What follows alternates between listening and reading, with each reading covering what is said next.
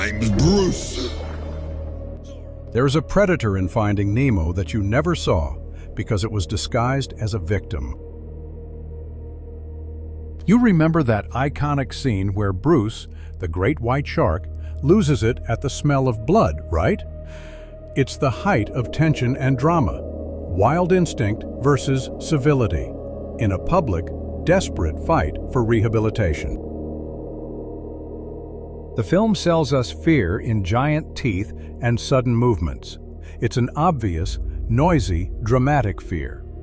But if we look beyond the surface and accept the thesis that Pixar hid its greatest terrors in the margins of the scene, we will discover that the real danger was infinitely more subtle, more intelligent, and ultimately, more lethal. Our attention was entirely focused on Bruce's chaos, but in the most neglected corners of the frame, a small green fish, almost an extra, was trembling in silence. A fish so insignificant that most of us didn't even try to give him a name. His name? Blenny. At first, he appears to be the maximum representation of innocence in danger. A tiny being terrified to be in the presence of 3 killing machines who promised not to eat. But what if that entire reading was completely wrong? What if his dread wasn't fear, but something much darker, rooted in his very own biology? The theory is, he is the coldest, most lethal, and psychologically disciplined predator in the entire Pacific Ocean.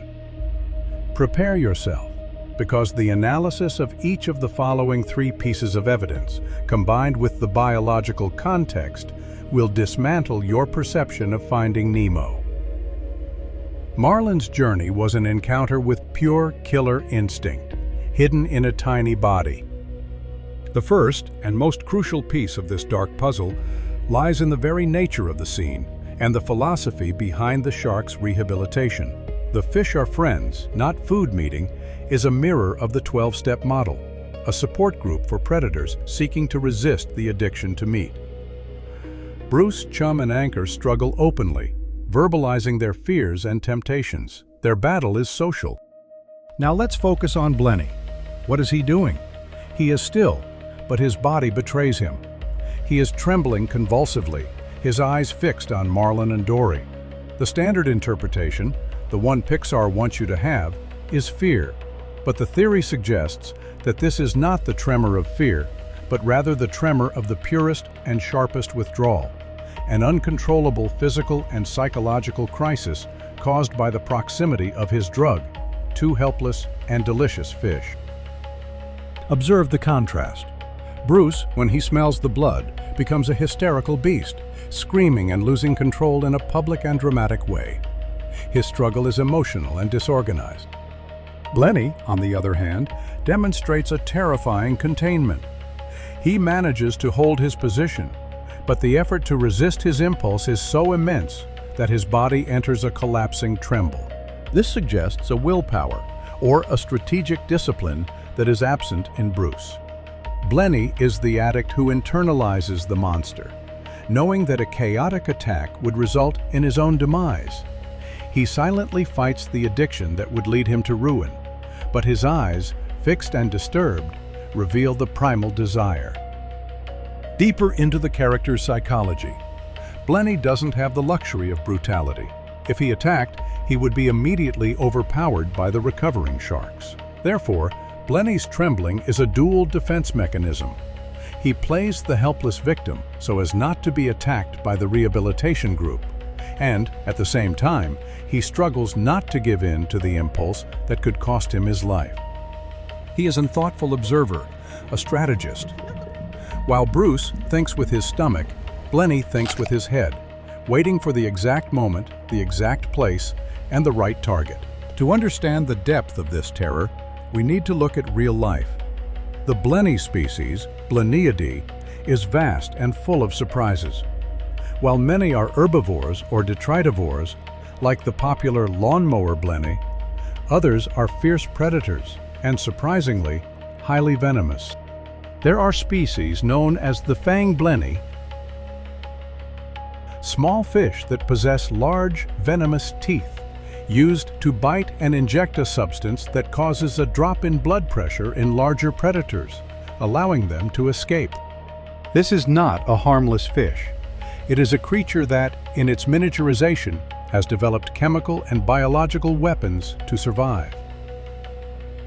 Now, imagine that the blenny in the movie is not a frightened herbivore, but a relative of this darker lineage, a predatory fang blenny.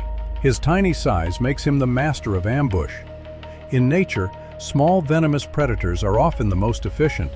They don't need brute force, they need intelligence and toxin. The trembling that blenny exhibits in the meeting, in this context, could be the side effect of his own physiology, an internal chemical reaction to repressing the urge to inject his venom or to bite to feed, as his species does. Pixar, which always bases its characters on real science, may have chosen the name Thoughtful Blenny intentionally, knowing the terrifying potential and ambiguous reputation of some subspecies.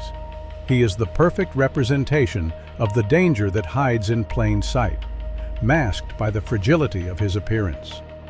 Our second piece of evidence that elevates blenny from extra to monster is found in a script detail strategically planted by Pixar in the sequel, Finding Dory. This is the moment where the fan theory gains near-canonical and official credibility. At a certain point in Finding Dory, Marlin is recounting the saga of Nemo's rescue. He describes the moment of the encounter with the sharks, and specifically and unmistakably, Marlin says that the most terrifying moment of his adult life was meeting 4 sharks. 4. This is the key word.